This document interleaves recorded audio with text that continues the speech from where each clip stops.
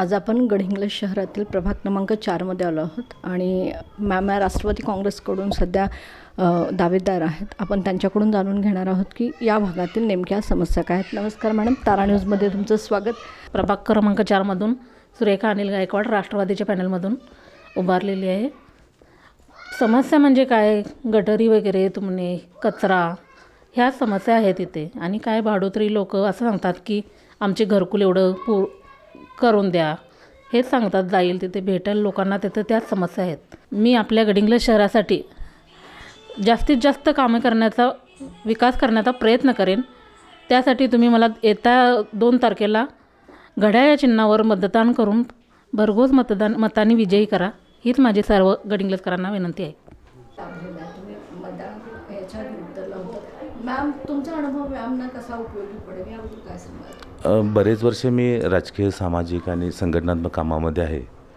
गेल्या वेळा मी निवडणुकीला उभारलो होतो, परंतु युत्या झाल्यामुळे मला संधी मिळाली नाही. आज माझ्या मिसेसला ही संधी मिळाली आहे. त्या संधीचं सोनं करण्यासाठी मुश्रीफ साहेबांच्या माध्यमातून आत्ता तरी शेकडो कोटीचा फंड साहेबांनी दिलेलाच आहे.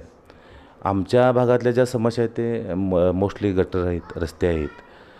जो बड्याच्या वाडीचा भाग आमच्या गडिंग्लज शहराला जोडला, तो आमच्या प्रभागामध्ये येतो आहे. तिथल्या समस्या या गटर आहेत, रस्ते आहेत किंवा पाण्याचा प्रश्न आहे.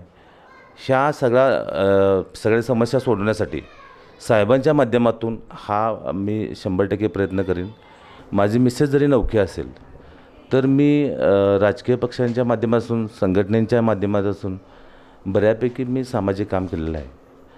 आता मी माझ्या कामाचं सांगायची गरज नाही. माझ्या बरोबरची माणसं असतील, प्रभागातल्या लोकांना माहीतच आहे. इथून पुढच्या काळात मला माझ्या मिसेसला एक संधी द्या, त्या संधीचं सोनं करेन. रात्रीचा दिवस करून तुमची सेवा करायचा मी प्रयत्न करेन. फक्त साहेबांचा आशीर्वाद माझ्यावर मोठ्या प्रमाणात आहे. साहेबांचं प्रेम आहे माझ्यावर.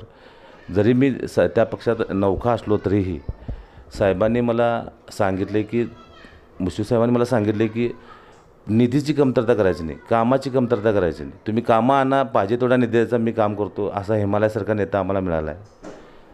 त्यांच्या माध्यमातून आणि आम्ही इतकी वर्ष ह्या प्रभागात जे काम केलं आहे किंवा ज्या समस्या वेळोवेळी मांडल्यात, त्या समस्यांचं निराकरण करायचा प्रयत्न मी 100% करेन.